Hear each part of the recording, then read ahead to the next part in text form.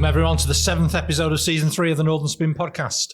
I'm Michael Taylor. By day, I'm the editor of Business Desk here in the Northwest.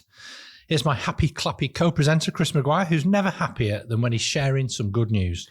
Well, just being with you is good news for me. So thank you, Michael. I'm the executive editor of Business Cloud and Tech Blast. Now, as well as the UK, Bahrain, France and Belgium, we've entered the podcast charts in Ireland. More good news.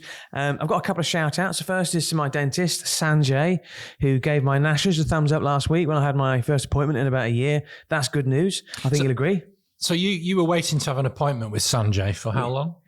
Well, I probably not had an appointment for a year or so. That's down to a Tory government, Chris. Just putting it out there, right? Okay. So does Sanjay listen to Northern Spin? Have you converted him? Well, he doesn't listen to it yet, but we found out we had a shared interest in politics. So I said to this podcast, and I said, I'll give you a shout out. I'll call it Northern Grin, brought to you by Sanjay, the Chorley dentist. And he said if I did that, he'd become a regular listener. So would he be would he be an advertiser on Chorley FM back in the day? Coming in your ears, Not sure. Ears, yeah. Not sure. Very good. So have you got any actual listeners rather than would-be listeners that you'd like to name check? Absolutely. I met up with Katie Gallagher last week. She's a managing director of Manchester Digital, does an amazing job. I hosted a panel discussion at their e-commerce conference. She loves the podcast. A massive fan of Nicola Headlam of Red Flag Alerts, thinks she's great, who appeared in our budget special. Thank you, Katie. Brilliant. Well, I'd like to dedicate this week's podcast to Mahendra Guru, a listener of this podcast who we spoke about this over the weekend with him. He's been through what none of us would ever want to go through in the last 3 weeks and more to follow. But, he knows and my heart's with you. That's all we need to say. Yeah. So what we're going to be talking about today, Chris? Well, you mentioned Mahendra. What's interesting is the number of people who come up to me and say, I listen to the podcast from all different walks of life. And that's when I generally do feel we're making a difference. Now, I'm going to put the proverbial cat among the pigeons today because, in my opinion, when it comes to the leaders, Rishi Sunak is beating Sir Keir Starmer hands down. Labour may still be ahead in the Tories, may still be ahead of the Tories in the polls, and quite rightly so. I think the technical term for that, Chris, is cognitive dissonance. So he's beating him hands down, but he's behind in the polls. Carry on. Not yourselves out. Not yourself out. No. Rishi Sunak is ahead of Sir Keir Starmer when it comes to the battle of the leaders, but when it comes to the battle of the parties, Labour ahead of the Tories. What a good job we don't have a presidential voting system. That's the point I'm making. Okay. Sunak is narrowing the gap in the polls and is winning the hearts and minds of the focus groups. You must be seriously worried. Well, you are making the assumption that I'm politically biased in this context and I've got some skin in the game. Obviously, I think that this country deserves better leadership than what we've had and what we've currently got. But the good news for regular listeners is that, I do disagree with you on that point because I think we have been actually agreeing too much recently. Yeah. And I'm really pleased actually that although you have been bowing to the superiority and logic of my arguments recently, it's good that you're attempting at least to make a token stand up for conservatism, small c, large c or otherwise, or in the case of Boris Johnson, a massive C word. Yeah, Tory. Absolutely. Listen, I can't defend Boris Johnson, but no, I am going to defend Rishi Sunak. We are not going to spend too long talking about Boris Johnson's disastrous performance in front of the Privileged Committee. We are going to touch on it a little bit. But in the week that Lee 30p Anderson landed a £100,000 job at GB News to become the 5th Conservative to present a GB News show, there are serious questions about whether this is genuine TV or merely propaganda. I can't believe we're even debating it. It is absolute flat out right-wing propaganda. It doesn't pretend to be anything else. It's in its name, isn't it? Gammon Britain News. Yeah. That is what it stands for, isn't it? Well, listen, I can't wait to discuss that with you later on. Anyway, we've got our usual thank yous, starting with What Media, who expertly produce our podcasts every week. They're the kings of video content creation, and they turn our weekly ramblings into the hit weekly podcast and YouTube show that is Northern Spin. Yeah, I mean, well done to What Media. What's really nice, actually, is people say, when I'm talking to them about Northern Spin, they always ask, who actually puts your podcast together? And I mention the guys at What Media as well, because they come across so well. So thank you very much to them. I'd like to thank our 3 sponsors, Oscar Technology, Lily Shippen and Red Flag Alert, who are co-sponsoring this podcast alongside Growth Flag. Now, we'll talk about Growth Flag and Lily Shippen in parts 2 and 3. But when it comes to Oscar, they really share our commitment to integrity. I was looking at their LinkedIn account over the weekend, as is my want. They've got 86,000 followers, which is amazing. Their head count has gone up 12% in the last 6 months. But one of the things I love about Oscar is the way they cover each and every member of their staff. They celebrate their achievements. There's a chap called Travis Englishby, which is a great name, incidentally. He's just celebrated his 2nd Oscarversary at Oscar, while Daniel Wilson-McGee, Romany Orby, and Chiara Ingold have just joined Oscar's London office. If I have completely destroyed their names with my pronunciations, I do apologise. The story that I loved over the weekend was they've got a member of staff called Olivia Betterson, who's moved to Oscar's San Diego office. She's got a one-way ticket to San Diego.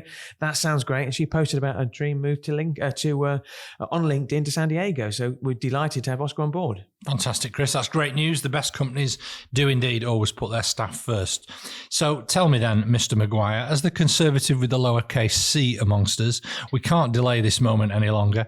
Why do you think Rishi Sunak is, in your words, beating Keir Starmer hands down, despite being behind in the opinion polls? You can't even read it out. You can't even say it, because that is your Labourist tendencies are coming to the fore again. Okay, listen, for the avoidance of any doubt, journalistic tendencies for the avoidance for accuracy. Chris, you interrupted me already. You see, for the avoidance of any doubt, Labour are still ahead of the Tories in the polls. I'm not disputing that. Right. One poll put Labour 21% ahead of the Tories, but the battle between their respective leaders is a lot closer. And that's the point. Polls are notoriously unreliable.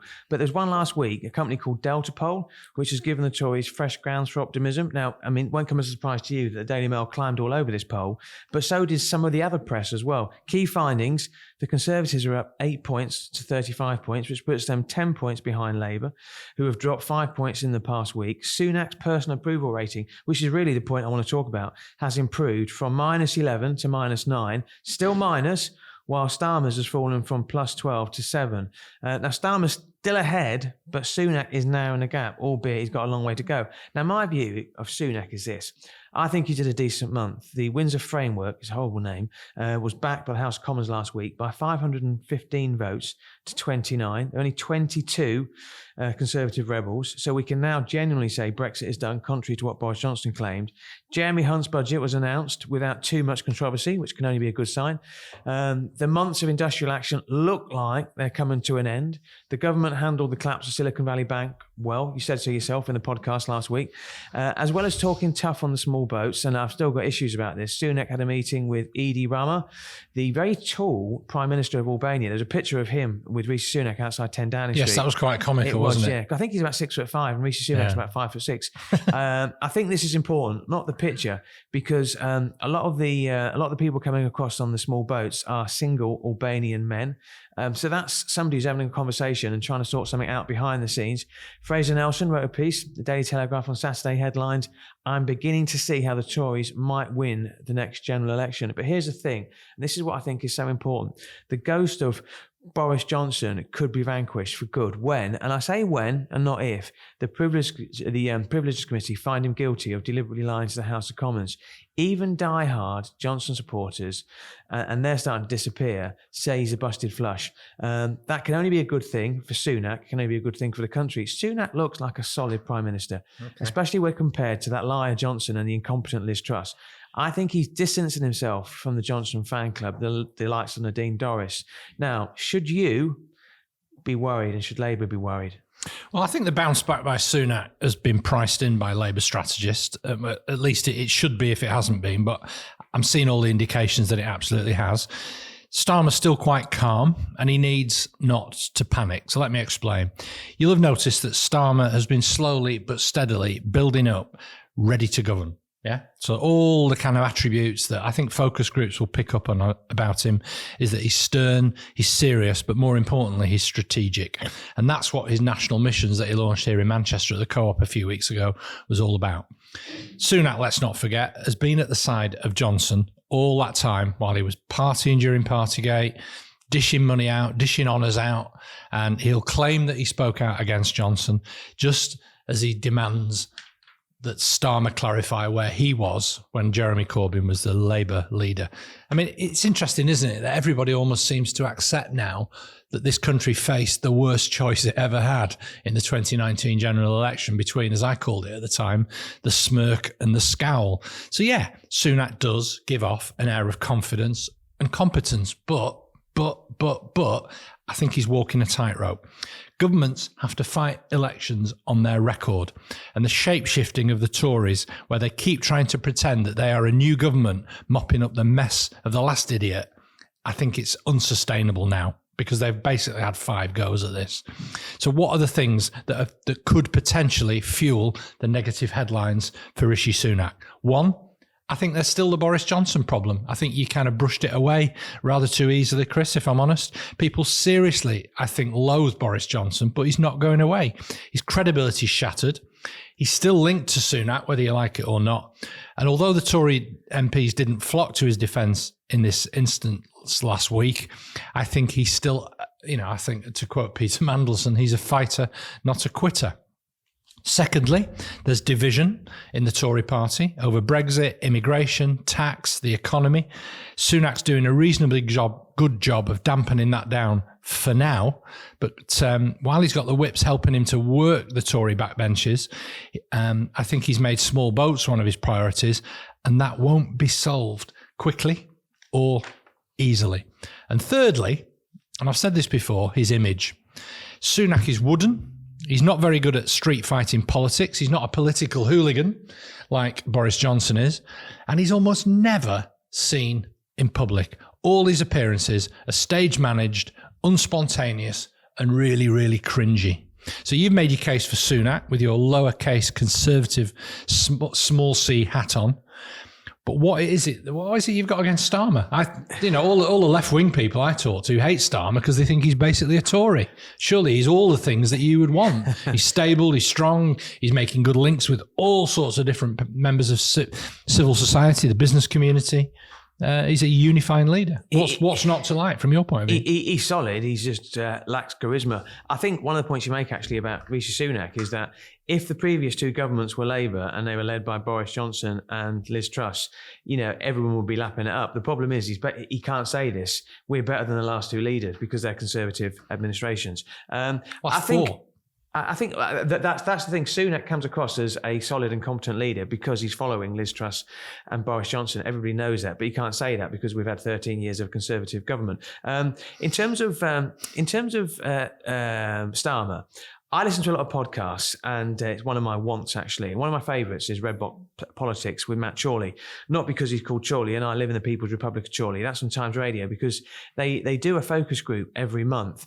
And with a focus group, it's not massively representative. They pick maybe 6 to 8 voters, different parties, and they get their opinions on stuff that's outside Westminster. So all it is a dip into the public trough of opinion. The Conservatives started in a really, really low place after Johnson and Truss put Sunak. So Sunak always going to come across as a lot better, steadying the ship.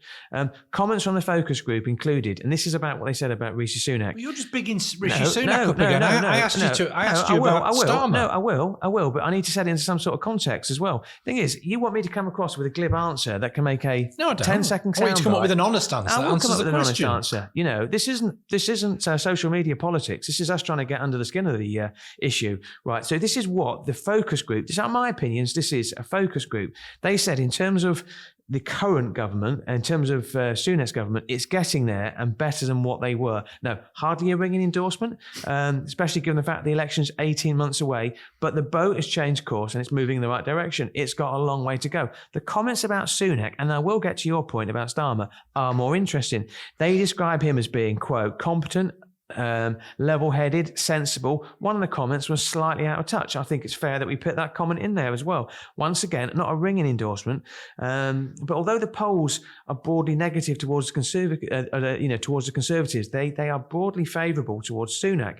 Now, he published his tax returns last week. The public didn't seem to mind that he's minted. Listen to the comments from this select this select group, for this focus group, about your friend Starmer. Okay, he's more of a complainer than a doer. He's the leader of the opposition. Yeah, absolutely. Yeah, he doesn't seem to have his own ideas about things. He's improved the Labour Party image. That was a positive comment. I don't know much about him. You hear this a lot about Starmer. I don't know much about him. Not much charisma. Not very inspiring. Bit wooden. Don't know if you've seen his performances recently at PMQs. You know, he is wooden. He's not coming across as inspiring. Full of hot air. Now, Keir Starmer was in Stoke-on-Trent last week and pledged to half violence against women and girls if Labour wins office at the next general election. He doesn't want to give many details. He doesn't. I think Labour are so afraid of not winning the next general election. They're not doing enough to win it. And if that makes sense, I don't think the Conservatives. Not only does it make sense, it's a really, really good line. I actually quite like that. Go, what line? Labour are so afraid of not winning the next election that they're not doing enough to win it. I think it's a great line. Did you come up with that? Well, I wrote a line. The point is, I want to, because if I was on a TV show now and you were asking me that question, credit for that. I'd be all over it. I'd be saying to myself, look. The thing is with Labour is they are trying to win the election based on saying to the Conservatives, you're going to lose it. So as a consequence, Labour aren't doing enough to win it. That's the point I'm making. Now, you can disagree with me, and you almost certainly will disagree with me. But you can't sit here right now and say to me, Starmer is a very interesting leader. I think he's got a fascinating hinterland. I mean, he's from a working class background. I can't disagree with what the focus groups are saying, right? That they are facts. You agree with it? No, I'm saying I agree with you restating the facts that a focus group found him uncharismatic, wooden, and they don't know much about him. That to me is the absolute key fact in there. They don't know much about him because most people don't turn on to politics. They don't look at the minutiae of debates. They don't watch PMQs. They don't listen to speeches that Keir Starmer does at the Co-op in Manchester, launching his 5 missions to rebuild Britain. It's a slow burn. So when they say they don't know much about him, I think he's got it all to do. He's reasonably self-made. You know, he's not been handed his life and his privilege on a plate. He's worked hard for it. He became the director of public prosecutions. And you said as well that you thought his performances at PMQs had been bad. Sunak did this ridiculously contrived Labour on the side of criminals. And honestly, I was cringing all the way through it. And at the end of it, Starmer handed him his arse on a plate by just saying he had more experience of dealing with criminal cases from his time as director of public prosecutions and prosecuting people as a barrister. And that Sunak's only experience of it was pleading guilty to the 2 charges that he's recently faced. I thought that was brilliant. Brilliant bit of theatre. It was obvious, but it was it was obvious. But I think there's 2 things in particular that are really going to work well in Starmer's favour. We're recording this on Monday morning. The Scottish National Party's election will be announced at lunchtime. I don't think any of the 3 candidates have set the world on fire. And I think there's been all sorts of division and scandal within the Scottish National Party.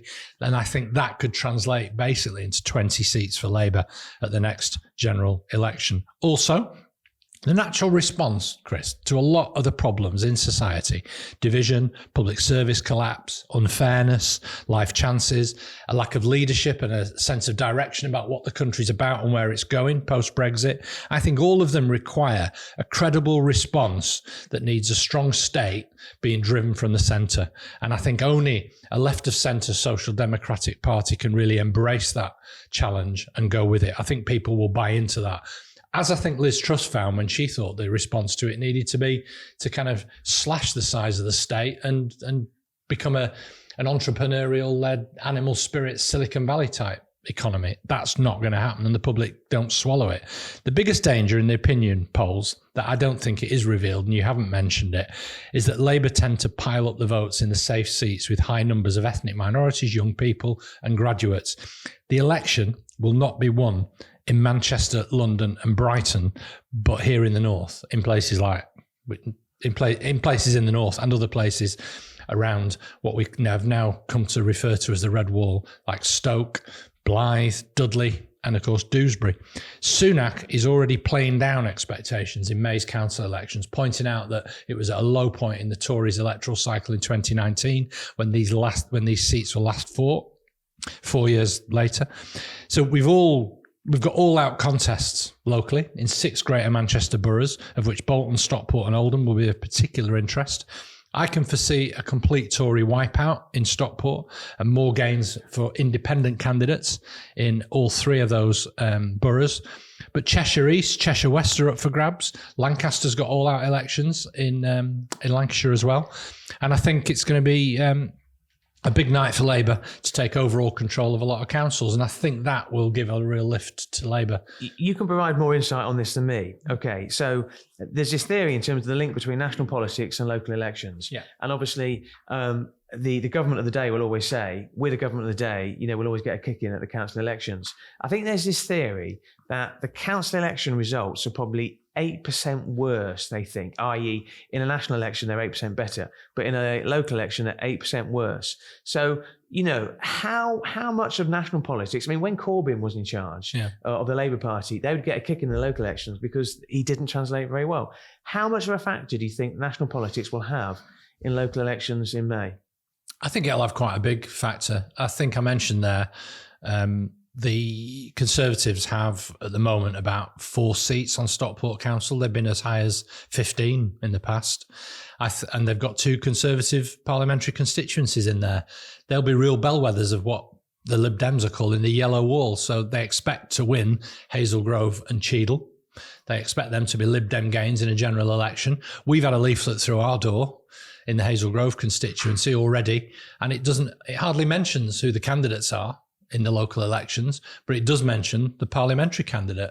And that's what the Liberal Democrats are focusing on. They'll be doing that in a half a dozen other seats around the north.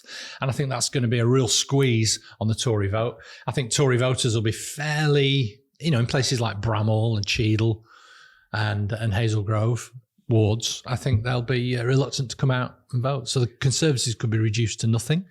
But blue wall Conservatives in places like Tameside and Oldham, because of local issues, I think that can make for a very interesting mix as well. So what would be a good result for Rishi Sunak in the local elections? The Conservatives holding on to some councils that they control in the shires, as they call them, particularly, or maybe even getting a majority on Cheshire East Council. But I can't see it happening. I think they're going to get a bit of a kick in. Right. Okay. I know you like to spend your most nights watching GB News, and in a second we're going to talk about GB News. But we do need to talk a little bit about Boris Johnson's performance at the Privileges Committee last week. We alluded to it in last week's podcast. Do you think there's any way back for Boris Johnson? No, I think he did exactly what we said he'd do on last week's podcast. He lied again and again. He lost his temper. And what was worse is I think that his dreadful cabal around him really abused their access to the media to attack the committee and their credibility. And I think it came across as really Donald Trumpish. Particularly, I think special praise, special censure has to be handed out to Jacob Rees-Mogg and Nadine Dorries, who abused their positions. They were absolutely disgraceful, bringing a parliamentary committee into the contempt that they did. We'll talk about it later in the section on manoeuvres, but I think the Tory right are having a bit of a rethink at the moment, and they haven't gone away. But I think, what do you think? Well, I think this is what Rishi Sunak's doing, though, is that this Tory right, this cabal around, around Boris Johnson, they are basically a figure of ridicule, and he doesn't need to do anything because I don't think people take him very seriously. When I was a kid, I come from Kent, and we used to go to Margate on a Saturday, and we used to go in the arcades, and those shovers, the coin shovers, they're on different cascades. Never ever won them. No, and what you they're do, all glued on, aren't they? What you do is you absolutely walk into it with your bottom, and if you've got a big arse like me, you used to get a few 2p's and a few 10p's. The analogy I would use with Johnson in his performance last week at the Privileges Committee, it was like he'd fallen over and rugby tackled a coin pusher, and it had come out with about 10 2p's, and he's left holding the money, and people are pointing a finger at him, and he's saying, "It's not my fault, I fell over." He had no defence. He never had a defence. And for 3 hours, he had to go back to the fact that he spoke to his head of comms, and he said, "Oh, you've not broken any rules." He didn't go to his civil servants, or didn't go to any legal expertise. It's dreadful. I think the cheerleaders that he's had before are disappearing. I mean, he claimed that he had over 100 people were willing to back him at the last leaders vote. Now I think it's down to 20 and less. When you get people like, we mention him a lot, Scott Benton. Scott, if you're listening, this is for you. When he uses comparisons to say he likened the process to O.J. Simpson, I mean, mean, Scott Benton didn't become an MP until 2019, and he talks like he's been an MP for 30 years.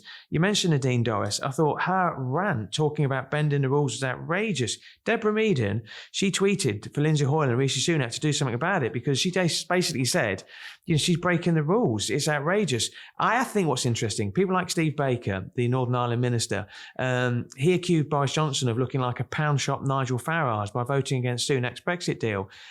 When that sort of terminology is used, there is no way back at all. I think Johnson's horrendous, and I think he's finished himself. But you just get this thing with Johnson; he never completely goes away, and that's the only concern. I'd just like to apologise, listeners, that normal service will be resumed as soon as possible, and Chris will start disagreeing with me again. But for now, he's agreeing with me and bowing to the superiority of my arguments. Thank you.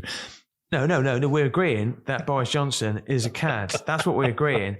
It would be very difficult for me to come out in favour of Boris Johnson. So you're really diminishing the role of the Tory thick right, as I call them, and yet you want to talk about GB News, Gammon Britain News, after Lee 30p Anderson became the 5th Tory MP to be given a slot presenting a show on GB News for a reported salary of £100,000 a year in the process.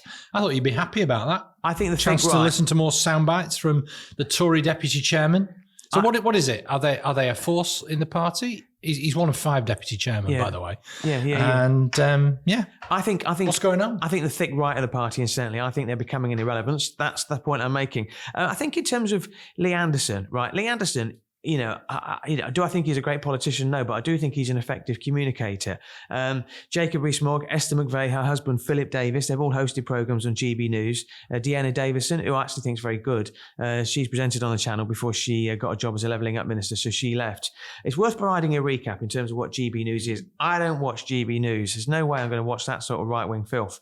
But I listened to a podcast last week, Matt Ford's podcast, Political Party, with Channel 4's Christian Guramurti, who I think is excellent. And he was talking about the other stations like GB News. They're not proper news channels. They don't go out with TV cameras and report on news like BBC and Sky News. They don't do that. What they do is they bring in guests into their expensive studios and they interview them about the news with their opinions. Right, okay. So if most of their presenters, or a good chunk of their presenters, are Tory MPs, it stands to reason when they interview guests, quite often Tory ministers, they're going to be biased. They are not the BBC. Now, Tony Blair's former spin doctor, Alistair Campbell, who by his own admission, clearly he's got a vested interest as well. He tweeted, "Why are Ofcom doing nothing about a right-wing cultist fan club masquerading as a TV news channel?" I mean, his tweets get like 1.5 million impressions or more. He's spot on. The reason why Suella Braverman invited GB News on a trip to Rwanda last week and didn't invite the BBC and The Guardian, we spoke about it on the pod, is because she knows she'll get an easy ride off GB News. The point is that GB News is loss-making. It isn't a proper news channel. It's watched by people who just watch it and say, there you go, I'm right. SNP's MP, John Nicholson, has warned, and his words, that this right-wing propaganda is taking over British media. And he's right. The example he gave was talking about the budget, where Tory MPs are interviewing Tory ministers about a Tory budget. Now, that can never be impartial. Now, I'm sorry, dear listeners, but I find myself agreeing with Michael Taylor. Yeah, I don't watch Gammon Britain News either. It's of no interest to me. And I know I probably should, in the interest of casting my net a little bit wider. But I think what they're trying to do on the right is that they're seeing the space that's occupied in TV news as a space where there's sort of free debate. But if they can do what they've done to the print media, which is make it partisan client media very much for the Tories, that they can counter that. My biggest problem with all of this stuff is they'll say things like Channel 4 News, Newsnight, BBC News is just dominated by the woke, liberal metropolitan liberal elite. And one of my biggest problems with all of this is it's this idea that people aren't allowed to say what they think these days. That debate is shut down, that free speech is being quashed. And when I actually stop and think about what that looks like, it comes down to an issue that a friend of mine experienced on a train at the weekend, travelling from Manchester to Todmorden. She's there with her 4-year-old daughter on her knee. She's a black woman of Nigerian heritage, and she's listening to people who feel emboldened to be able to say what they want, to be able to talk about lazy nurses and all sorts of racist filth. And that's what we're talking about. It's that moron who flew a banner over Man City's ground when Burnley were playing them with White Lives Matter on it, and who was also photographed in Italy last week for the England game with a hugely offensive flag about Diego Maradona. These people feel emboldened by Lee Anderson, by Suella Braverman coming up with the stuff they do about invaders. And I think it's horrendous. And I think that's where this leads. And I think it comes back again, Chris, to what Gary Lineker said about we just have to watch the language. And wouldn't it have been better? Wouldn't it have been better if Rishi Sunak, whatever his contribution to that whole debate about Gary Lineker, would actually have been to clip Suella Braverman's wings and say, can you just dial it down a little bit? Maybe he is behind the scenes. We don't know. Yeah, we don't know. It'd be even better if you did it in public. Yeah, but there's no excuse for, that overt racism. It's horrendous. I saw the tweets as well. And you just worry about the impact that has on her kids moving forward. There's no excuse for it. And it's got to be called out. It's got to be called out. And that's why we do call it out when we see it. I think what this issue with, Lee Anderson does prove, and Lee Anderson, of course, said a few months ago, why do people need second jobs for? Now he's got a second job paying £100,000 a year. It's about MPs who are not doing their main job as an MP. Over the weekend, and I think you'll see this a lot on social media, because they will hold politicians to account in the same way that certain sections of the media aren't. So there's this campaign group led by Donkeys, it's called, published an investigation over the weekend about MPs being prepared to work for a fake South Korean firm. So the point they were making is they contacted 20 MPs, most of them Conservatives, and they set up a fictitious account, fictitious company, fictitious website. They hired an office in South Korea, and they basically said, we're going to create this international advisory board, and we want MPs on it to advise us. And they tried to have these conversations. Now, most MPs, in their infinite wisdom, didn't engage in. 5 had a conversation. And Kwasi Kwarteng came across absolutely horrendously, the former Chancellor. Former Health Secretary, Matt Hancock, who I think everyone recognises has got no personal judgment, came across awful as well, saying they'll agree to work. I mean, Kwasi Kwarteng said, well, I'm not going to do anything for less than 10,000. And the journalist, said $10,000 or £10,000. And he said 10,000 sterling. So he wants to work one day a month, £120,000 a year to work for this South Korean business. It just smacks of snouts in the trough. I cannot defend the Conservatives for stuff like this. And this is the problem that Rishi Sunak's got, is every time Rishi Sunak, as a personal leader, does something really well, then his party let him down. And I thought that was horrendous, the stuff that I watched. Yeah, I can't believe how terrible this looks for the Tories, frankly. I think Hancock is now a national joke. I just don't believe how he can possibly hang on in public life in any way, shape or form. I think it's confirmed to us. Sometimes we call the Tory party the nasty party. They're also the greedy party. Craven, entitled, greedy, and worst of them all, absolutely stupid. I mean, I can't believe you've ever negotiated as badly as they have on that. Did that not scream out for you? Both Graham Brady, Kwasi Kwarteng and Matt Hancock, the way they negotiated. Well, I thought, you mentioned Graham Brady, the chairman of the 1922 committee, Northwest MPs leaving at the next general election as well. I thought what I thought was, there's areas of my game that I'm quite strong. There's areas of my game that I'm probably not as strong. Negotiating a fee, probably not my strongest hand. But you can't be much worse than this lot. Yeah. But they just kind of went 10 grand. Yeah. They reminded me of Dr. Evil on the Austin Powers film. Yeah, there used to be a footballer. £1 million. Well, there used to be a footballer called Seth Johnson who used to play for Derby County, actually, and he went to Leeds, and it was when Peter Ridsdale was the chairman. And they went in there with his agent, and Peter Ridsdale said, right, how much do you want? And the negotiating tactic was, apparently the agent says, I'll just go in with an absolutely ridiculous figure and see what they say. He said, my client wants £40,000 a week. And Peter Ridsdale said, yep, okay, you're on. And it was like, really? That's not negotiation. And they probably should have said 60,000. I just thought, Kwasi Kwarteng, and this story is going to run and run. I watched it and it was, £10,000. These are the sort of figures when we're in a cost of living crisis, that stuff really, really sticks in the claw, in the craw. And I just thought that it's horrendous. Now, Rishi Sunak, what he won't do is he won't distance himself from these people, at least publicly. I don't know. I was listening to the media round this morning, and Rachel Burden on Radio 5 Live on Monday morning did an interview with a Tory minister. Apologies, I can't remember it. It wasn't anybody. It certainly wasn't anyone famous. And he said he felt it was a bit cringy. He did come out and criticise these three. So I think they're getting ready to hang them out to dry, I think. Yeah, good. Anyway, and on that, we're going to go to our first break.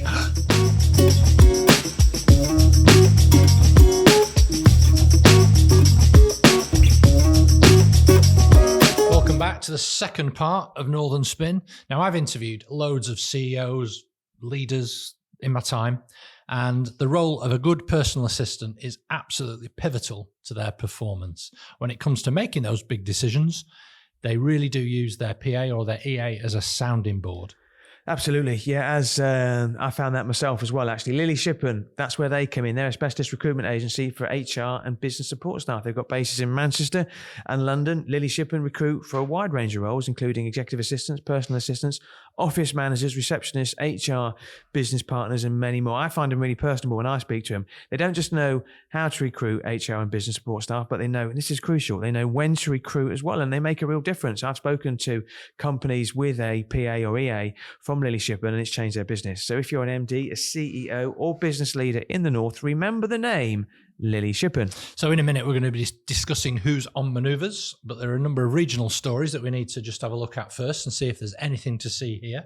Before we start, I want to mention how Labour MP selections are going. We've had another one recently. Over the weekend, Ben Hartley was selected as Labour's parliamentary candidate for Altrincham and Sale West. Now, that's a really important seat because we've already mentioned who the sitting incumbent MP is. It's Sir Graham Brady, who is the chair of the Conservative 1922 committee. He's indicated he's stepping down at the next election to take up a £100,000 a year role with a fictitious Korean consultancy firm. Yeah.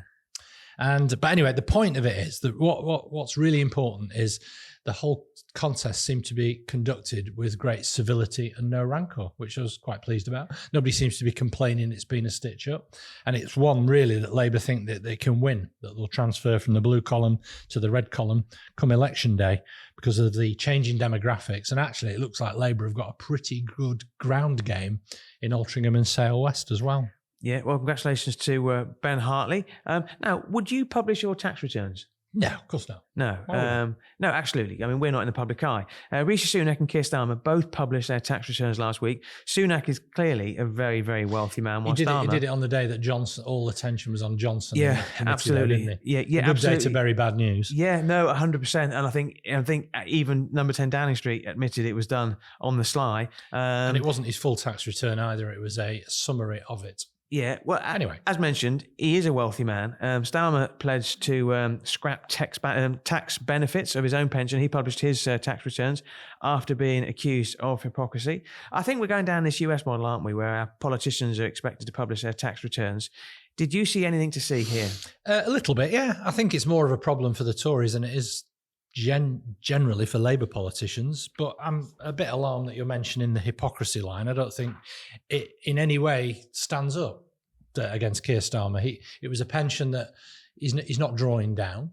It's not a benefit that he's actually accruing, and it's something that, as his role as Director of Public Prosecutions, it'll have been a pension scheme that he will have, effectively been part of his perks and benefits. It's not something that he's benefited from, and I think it's this constant drip from your former employer, the Daily Mail, that a successful person who isn't basically a right-wing arsehole is some kind of hypocrite, and I think it's really, really tedious. No, I think there's no issue for me with Rishi Sunak being a wealthy guy, and I think most people.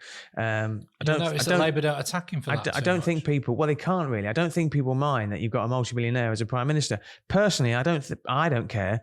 I don't care at all about Starmer's pension benefits. I don't care at all. I think some people in the far right of the party. You got to be careful with the H word. It is genuinely. It's quite the thing to throw around. That. The H word being hypocrisy. Yeah, but I don't. Me personally, I don't think Starmer is being hypocritical. Be careful repeating the line is all. Yeah, exactly. So nothing to see here in that. No, I don't think so. Okay, Liz Truss. Like I say, if people connected me to a heart monitor, and actually this is a true story. When I was at the Yorkshire Evening Post and Leeds were being managed by George Graham, they scored, I think, 27 goals in a whole season. And I said to the editor at the time, I think a guy called Chris Byers, I've got this great idea for a story. I said, what is it? I said, the football that they're serving up at Ellen Road is really boring. I said, I think we need to connect a fan to a heart monitor and get their heart monitor ratings during the course of the match. No word of a lie. We got this work experience lad, and he had a chicken pie at half time. His heart rating was as high eating his chicken pie than at any point during a football match.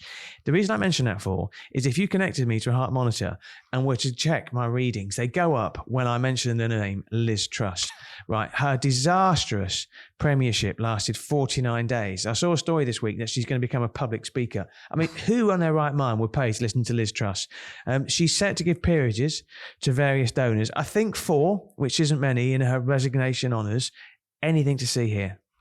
I want to scrap the whole system. I do think there is something to see here. I think the public should be raging about this. I think it's terrible that people like Liz Truss get to have the opportunity to dish out honours to people like Matthew Elliott from that whole Tufton Street think tank gaggle of people. Now, horrible, terrible. I think she wants to, create 4 peerages, 3 of whom I think, and Liz Truss, if you want to come on the Northern Spin podcast, I think 3 of them are connected to Tufton Street. Now, Rob Parsons of Northern Agenda, a fellow journalist, did a really interesting comparison this week about the dispersal of asylum seekers in the north compared to the south. I think Rob Parsons, what he does really well is he picks subjects that aren't quote unquote sexy, that a lot of the press won't touch, but they have real value. So one of the standout stats for me was that the northeast is 10 times the rate of asylum seekers in dispersed accommodation than the southeast and the southwest. Now, we saw violent scenes outside a hotel in Knowlesbury recently that houses asylum seekers. Anything to see here, Michael? Yeah, good work, Rob. It's really good. And I think it's about time that occasionally that we do throw a little bit of praise towards journalists who work for Reach PLC. They have a tough time of it, but he's a real shining light. And I do like the Northern Agenda email that they send out. I think there's some good nuggets of information in there, and I like the way that they're interrogating data. Just pick you up. You mentioned about the violent scenes outside a hotel in Knowsley that houses asylum seekers. That's not the issue. I think they're a sideshow. I'd like to focus on the absolutely dreadful way that human beings are treated in this country and the language that's used to describe them. Now, of course, the Tories are talking about disused ferries and military bases somewhere to basically dump human beings who they're not prepared to think about how we look after them properly in this country. I think it's terrible. Yeah, I mean, the immigration bill is going to be discussed in Parliament this week. I think that was Suella Braverman on a motorbike going past our offices right now as we record this podcast. We just mentioned Rob Parsons, another journalist who we've both got a lot of time for. Jen Williams, formerly of this parish of the Manchester Evening News, now at the FT. She's done a really interesting story in Teesside with 2 S's, after a recent faux pas by me on Twitter. Now, what she's saying is that Middlesbrough's independent mayor, Andy Preston, has been accused of having a, quote, obvious conflict of interest due to his ownership of 8 properties in an area of northern England that he's tasked with regenerating. I couldn't see anything on Mr. Preston's Twitter feed when I looked over the weekend about it, but in the FT article he said the suggestion that he has a conflict of interest is, in his words, laughable. This is all to do, just a reminder, this is all to do with the Mayoral Development Corporation, the MDC, spearheaded by a friend of the podcast, Tees Valley Mayor, Ben Blocker-Houchin. I think it's refreshing that a national publication like the FT is shining a light on northern stories. FTs. Anything to see here, Michael? Yeah, good. But to be fair to the FT, they've always had a good, really good journalist on the ground in the north. Jen, of course, is just the latest to be doing a very, very good job stepping into the big shoes of Andy Bounds, who's now working in Brussels for the Financial Times. So yeah, well done to the FT. Well done to Jen for unearthing that story. I think there is something to see there. I think it's a fair question to ask any politician about what assets they own, 100%. because it colours the decisions that they make. Yeah. And presumably he will be declaring that on the register of potential conflicts of interest. It's what the Nolan principles of public life are designed to kind of govern. I think whenever people use the term laughable, it's not laughable. I think the wording's really important, but we'll watch that one with interest. One final thing I want to talk about before we go on manoeuvres is about junior doctors. Now they're going to stage a 4-day workout, a 4-day walkout in April in their fight to get a 35% pay rise in England. I 100% respect people's right to strike. I think junior doctors are the unsung heroes of the NHS. We went to an A&E recently in Manchester the back end of last year. There were 3 doctors in there. They were all, I think, junior doctors. They were all in their 20s. They were all phenomenal, and they were all overworked. I 100% get that, and they think they do deserve a pay rise. But a 35% pay rise, what's your view on that? Well, I think what you're doing is what you did with the railway workers and the nurses when they were in dispute. You're painting the upper end of their negotiating position as absurd, deriding their right to strike, with a huge Daily Mail but at the end of all of that. The cost of living is soaring. There have probably been a chipping away of their employment rights and their financial package that I think they're well within their rights to be laying that on the table and demanding something different. I think this is where I'm going to have to take umbrance with you. What you do is you come up with these cheap taglines like Daily Mail, the former Daily Mail journalist, etc., as you use it as a stick to beat me with. Is it not true? It is true. It is true. Yeah. But is it not true? Is it not true that junior doctors have asked for 35% pay rise? That headline didn't come from the Daily Mail. That headline came from the BBC. The same headline that was used in the Independent as well. The point I'm making is that, if you disagree with me, you'll come up with a dig. It's a 35% pay rise. Even, you look at what Labour Shadow Secretary. Chris, it's a negotiating position. So it's fine for them to say 35%. In the same way, when the nurses union came out and said we want 19%, they ended up getting 5% and a one-off payment. Now it is a negotiating tactic. It is 100%. Yeah. But do you think it's right, given the background and given the cost of living crisis and inflation? No, we're not disputing the fact they're on strike. They are entitled to strike. Do I agree with it? Me personally, no, I don't, because I think ultimately the people who suffer are the patients. However, I understand and respect their right to strike. What I find really odd is how a negotiation tactic can start with 35%.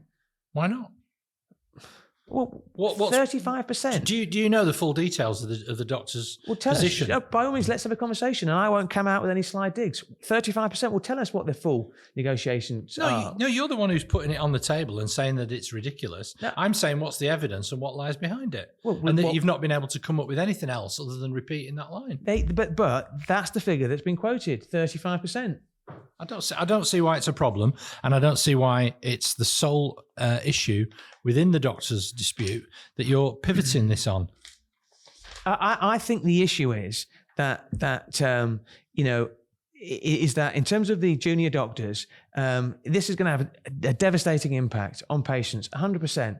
And I respect their right to strike, and I respect their right to demand a pay rise. What I'm saying is it realistic? Because it's not to talk about a 35% pay rise. It's not. And this is where sometimes the argument gets lost, because people don't talk about working practices. They only talk about 35%. Next podcast, we'll talk about it. We'll talk about what the junior doctors are talking about, because that's something that isn't being spoken about, and I think it needs to be. Yes, it definitely does. And let's go on to our section on manoeuvres. Who do you think is on manoeuvres other than just junior doctors and Daily Mail journalists? Okay. Well, you for a start. No. As always, you will say to me, "Oh, Chris, that doesn't fit into the criteria of what on manoeuvres is." But I will go with it. Touchy. I will go with it. I will go with it. Last week, we saw the vote for Rishi Sunak's Brexit deal, known as the Draft Windsor Framework. Now, This was fascinating because people always talk about Tory rebellions. It was passed by a whopping 515 votes to 29, with 22 Tories rebelling. Now, what I did, I played this little game with myself, as you do. I play a couple of games with myself. One is, what would you do if you won the lottery? Okay. The other one is, incidentally, I was looking on Facebook, and the opportunity to win a £4.5 million Cornwall house, and all the money goes to Mary Curie at the weekend, popped up on my Facebook. I bought a £10 ticket. I've not won, but if I do, I'd like to invite you down there, Michael, just to show that there's no hard feelings. I played this game of thinking, who would be the 22 MPs who would rebel against this, right? Okay. And I came up with a list of all the people who are trying to stay relevant. You call them the far right. I call them the irrelevant right. I call them the thick right. You call them the thick right. Okay. I call them the irrelevant right. The people who can only make any noise by being rebellious. Okay. These are the lemmings who will do anything that Boris Johnson does. Okay. Who's in there? Jake Berry, check. Simon 7 Weeks Clark. I can't understand Simon 7 Weeks Clark. He's an intelligent guy, but he's got to rebel on everything. Jonathan Gullis, who just goes lower and lower in my estimation. There must be a point when you can't go any lower. Jonathan Gullis is that person. Jacob Rees-Mogg, if he's not spouting off on GB News, they all rebelled against it. That's what they do. They rebel against everything. Priti Patel, Liz Truss, Boris Johnson. Yeah, but there was a people like, I mean, Liz Truss, there you go. I mean, Liz Truss voted against it. Boris Johnson voted against it because it wasn't their policy. It wasn't their idea. You had the likes of Bill Cash. He was always going to vote against it. But these people, in my view, are on manoeuvres. Do you agree? To a point. I think the Tory right as a whole is on the move, and I think they're behaving quite strangely. Funders like Peter Cruddas, who Boris Johnson put into the House of Lords, he's a real Boris Johnson fanboy. He's one of those very rich people who sort of pays for Boris Johnson's holidays and wallpaper and things like that. He's been lunching with the very, very dangerous, dark, looming presence, the bad boy of Brexit himself, Aaron Banks. And they're both involved in grassroots Tory organisations, Blue Wave, and something called CDO, which I think is the Conservative Democratic Organisation, which is all designed to mobilise the Tory grassroots and get people who are involved in things like Vote Leave and the Brexit Party involved as Tory party activists, and to make the Tory party that little bit more UKIP-ish. And all these selections that are coming up as a result of boundary changes or retirements, that they're looking to influence them just to make the Tory parliamentary party make it a little bit more right-wing. So there's a little bit more than 22 of them prepared to rebel and support someone like Boris Johnson or Rees-Mogg becoming leader one day. But genuine question though, Michael, is that, do you think the fact that only 22 Conservative MPs voted against this policy, and you had the obvious candidates like Liz Truss and Boris Johnson who clearly got a vested interest, do you not think that's a victory for Rishi Sunak? It's a victory for Rishi Sunak, yeah. And a really good whips operation that has made those Tory waverers. Bear in mind, there were. The one thing I do want to mention that is really interesting on all of this as well. We were talking earlier about Keir Starmer and the kind of image that he wants to project. That is he a wrecker or a knocker and all the rest of it. The Northern Ireland bill got through, the Brexit deal, 515 votes to 29. Big chunk of Labour votes in there as well. The Labour Party being sensible in the national interest in supporting something like this. They deserve a lot of credit for that, because I think it was a real shame that Theresa May tried to negotiate a sensible Brexit that potentially a lot of people who didn't ever want Brexit could have backed. Almost soft membership on EEA terms. And the Labour Party saw a moment to just knock the Tories and kind of effectively aligned with the hard Brexiteer right. And that's why we ended up getting a hard Brexit, because they didn't play in the national interest. They played in the party interest. And I think that's quite important about what's going on at the moment. And it's seen as a return to sensible politics. I think I give Keir Starmer a lot of credit for that, because there have been a number of issues where he's not been willing to play party politics. And, that was a good example of it. So have we got anyone else on manoeuvres? Yeah, I'm fascinated by the number of high-profile celebrities who are taking to Twitter to give an opinion. I think it's quite good. And there are people who invariably are, more mature, people who have got a few years under the belt, got some grey hair like me and you as well. We've spoken before about Carol Vorderman. She hasn't got any grey hair. Gary Lineker, who has, they've taken to Twitter to call things out which they disagree with. Dragon's Den star Deborah Meaden, she's getting involved. She's passionate about the environment. She's got her own podcast about the way business regard going green. She tweeted a lot last week about that. She tweeted about Nadine Dorris's rant about Boris Johnson after his less than spectacular performance in front of the Privileged Committee. Now, clearly, she's not. It's not attracted the same amount of faux outrage as Gary Lineker's tweet did. It's not quite the same language that Gary Lineker used as well. But I just think it's fascinating how many politicians are using how many celebrities are using their position now to give an opinion on politics. What do you think? Yeah, here's another one for you who said, what does the BBC stand for? Bring back Corbyn, bring back communism, and yet we have to pay for it, whether we like it or not. Let's scrap it. Let's watch GB News all day long. There you have, Chris, one of your favourites there. That's Jim Davidson, former BBC presenter. You're a big fan of him. You got his box set. Yeah, I'm just keeping a record of the cheap insults from Michael Taylor today. Michael, this is Lent at the moment. So the things you've given up, chocolate, sweets, and being nasty to Chris Maguire. I know you've not eaten any sweets. Yep. I know you've not eaten any chocolate, but that's about the fourth cheap dig in this podcast of Northern Spin. So we're going to go for a quick break, at which time me and Michael are going to I'm going to bring Michael to his senses.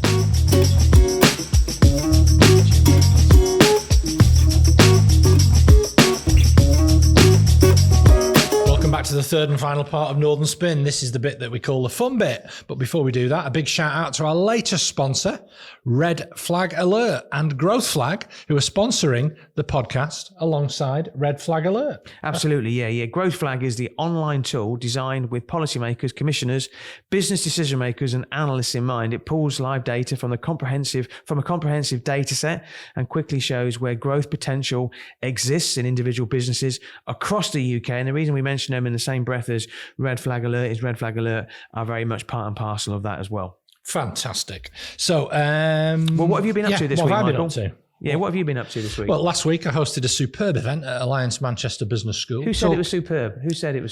Alliance Manchester Business School. Yeah, okay. People who came along to it. People who responded on LinkedIn. Yeah. I think it was as well. Okay. I chaired it. I'm not commenting at all about my performance. Okay. But I am talking about the people who are on the panel. Lisa from Booking.com, Joe from Deloitte, and Courtney from Alliance Manchester Business School. Three fantastic women talking about issues in leadership in a volatile and uncertain world. No, brilliant. Okay. You can just tell when you've done an event that the audience are engaged, that when you ask for questions at the end, it's not that awkward silence where you basically one of your mates rescues you by putting the hand up. Literally, hands went up to join in the debate. No, social media was really positive around it, and I got some nice messages afterwards. So is that enough? Is that enough evidence? Yeah, absolutely. It's when people say it's a superb event, if you're saying it's a superb event, then I think we have to question that. What I would say though is that I think where we are similar is we do host lots of events, but we're probably our own biggest critics. So I always I wouldn't say it was if it wasn't. No, absolutely. Well, I hosted an event which was absolutely fantastic, described as well. Says who? Who said? Who said it was? No, I hosted an event last week called How to Become a Game-Changing Leader. It was organised by GC Business Growth Hub in partnership with UA 92. I heard from some inspiring leaders. A guy called Azim Amir was the first speaker on. He's in his 20s. He was born almost completely blind in one eye and got very little vision in his other eye. When he was growing up, his parents and he said, look, we're not going to let your blindness define you. And he himself never, ever felt sorry for himself. He's a professional footballer. He plays for a blind football team. They play private side. They have like a rattle or a bell in a ball. He runs his own business called Learn with ESS. And you could just, when he was talking, everybody in the room, about 70 people in the room, just waited on every word that he said. He was fantastic. It was my first visit to UA 92. Now, the university was founded by Gary Neville and his fellow Manchester United class of 1992. I think it's about 3 or 4 years old now. It's right next door to Emirates Old Trafford cricket ground. And there's quite a fascinating story behind it as well, because 25% of its students come from a disadvantaged background. That's based on postcodes compared to the national average of 13. One of the speakers was a guy called Abs. That's what he's known as, Abs. And Abs Mohammed. And he has got, you talk about neurodiversity. He's got a tic, he's got autism, he's got ADHD as well. And what he said is at school, he was very much on the periphery. And then he went to UA 92. He didn't want to go in. He's in his early 20s. Didn't want to go in the first day. He wanted to go home. But slowly but surely, they encouraged him in. Now he's been there 3 years. He's now an ambassador for UA 92. And it's the human stories that make events. And I was so impressed with what I saw at UA 92. And like I say, I give Gary Neville in the class of 92 huge credit, because universities isn't something that makes money straight away. It's something they have to build and grow. Now, any film, TV or cultural offerings this week, Michael? Well, I can only report on something. I'm afraid you can't go to it because it's finished, but I went to Home in Manchester to see quite the most incredible version I've ever seen of Shakespeare's Merchant of Venice, which I think I must have seen before previous performances. It's a very difficult and complex play, riddled with some horrendous anti-Semitism. But my old university friend, Tracy Ann Oberman, has reclaimed it and reset it in the 1930s in the East End of London, with a lot of the characters, instead of being Venetian merchants, are actually upper-class English people who are aligned to Mosley's British Union of Fascists. And it really reminds us that every generation faces these attempts to divide us and to foment hate, and that this is absolutely no different these present times as well. The programme alongside the performance included a history of the Jewish people of this island and how they've been treated over the years. Some of the speeches within it and some of the performances were absolutely spine-tingling. In particular, I thought Tracy was fantastic. And at the end of it, when she did this rallying call, I tell you what, Rachel and I both burst into tears as we were sat there on the front row. It was that powerful. Book-wise, I bought Stanley Tucci's book, Taste, My Life in Food, which I'm very much looking forward to delving into. And I know that you've been watching Downton Abbey. How's that been going? Very good, actually. But before I tell you how good Downton Abbey is, how many people were at that performance at Home? Because it was sold out. Yeah, because all three tiers were sold out. That's what I find really encouraging, because you're very open-minded, and people talk about live theatre and live culture. And there's that big story last year in terms of, funding in London for the arts and coming up to the north as well. And we spoke last week about the Colosseum in Oldham as well. I think what Home do is fantastic. I'm so glad that performance was watched by so many people. Yeah, Downton Abbey. I mean, we are, my wife and I, the figure of ridicule from our daughters at the moment, because they just say we're really old because we like Downton Abbey. It's just getting better and better. I'm on series 2 at the moment. I watched a really interesting film. As you know, me and Mrs. M like to go to the cinema, and we watched a film called Alleluia, which you've spotted is going to be filmed, is going to be shown at Marple fairly soon, based on Alan Bennett's play of the same name. It's interesting because when you see all the billboard advertising, it says, it's got Dame Judi Dench in it as well. She's actually got quite a minor role. Jennifer Saunders is one of the standouts. Bailey Gill as well. Derek Jacobi, who just seems to have been around for years and years and years. The standout performance for me was from a guy called David Bradley. Now, a lot of listeners won't be familiar with that name. If you watch Ricky Gervais's program Afterlife, he plays Ricky Gervais's dad as well. The film's set in a small Yorkshire hospital. It faces closure, prompts a community campaign to keep it open, but it makes a lot of political points about the NHS in the process. As we were driving home, me and Mrs. M and our eldest daughter, we always give these films a rating out of 10. I gave it a 9, and my wife and daughter gave it a 5 because of a twist that they didn't like.